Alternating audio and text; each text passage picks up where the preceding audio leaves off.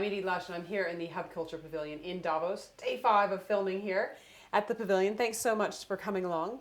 CP Gurnani, the CEO of Mahindra Satyam. Tell me, how's your Davos been? What struck you the most since you've been here? It's becoming bigger and better every year. So this is my 6th Davos, so I can say that I can feel that there's more and more to do.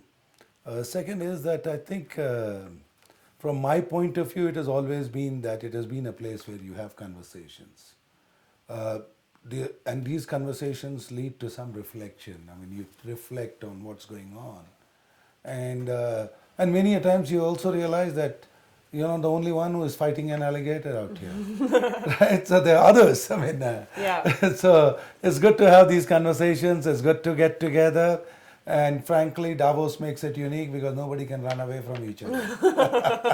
Trapped within the mountains. Yeah.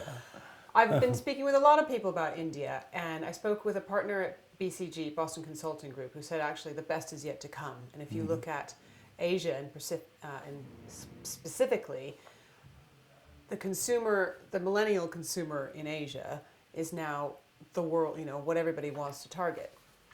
There's a lot of hope and excitement. On the other hand, there's some pretty dreadful stories coming out. There's the rape case in India that I know has gotten a lot of focus. What's your take? I would say that it is one step forward and one step backward, and mainly my thing that comes in from its optimism, balanced with a bit of a realism, is that India is a big country, this innovation hub for democracy, and also that we will never have a firm majority and a firm government. And if you don't have a firm government to carry other constituents and be able to pull this country in one direction, it takes a whole lot of effort. And but the other hand, from opportunities point of view, you bet. I mean, whether it is infrastructure, whether it is fiscal management, whether it is in terms of industry, whether it is in terms of domestic consumption, I think the opportunities are huge, and there is enough for all of us in the world to do out there. I was speaking with Salil Shetty, the Secretary General of Amnesty International, and he pointed at India as one of the places where the government isn't doing enough to endear itself to the population, that there's still a huge divide. Would you agree with that? I 100% agree with it. I think we are discussing here a social divide. I mean, that continues to be very, very big.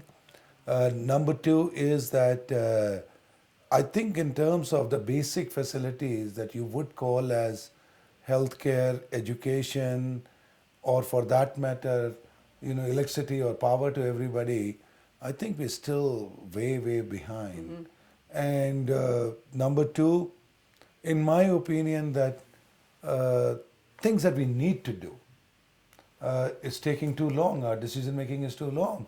It's like one of my friends, I mean, I still remember visiting me in Pune, which is about 160 kilometers south of Bombay, and that gentleman, and I was very proudly telling him that this road, 160 kilometers, is a new highway, and we have an expressway. And he said, "Do you realize it took me 2.5 hours to get to your office?"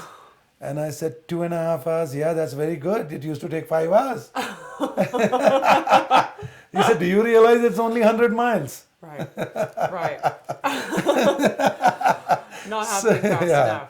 So that's all I can only say is that from 5 hours it came to 2.5 hours. Right. And now from 2.5 hours it should be 1.5 hours. I mean, Right. so that's really where we are. Right. And that's why I always say there's so much more to be done. On the other hand, companies like yours in the IT sector, India is way ahead. I think again, I'm taking today a stand of glass half empty and a glass half full. Right. The fact is that for a change, we have, the Brits to thank us that we all learnt English. Number two is that for good reasons, we do enjoy doing coding, mathematics, and the computer science jobs. And the world around us changed so fast that we were the only country which was ready. Right. Now, why I say glass half empty, and it is almost $100 billion industry now, but glass half empty because we don't have a Microsoft or a Google or an Apple Right. in our backyard. And I would like one day to see that kind of a, innovation to happen, and we seem to be still miles away from that kind of a product or that kind of an innovation.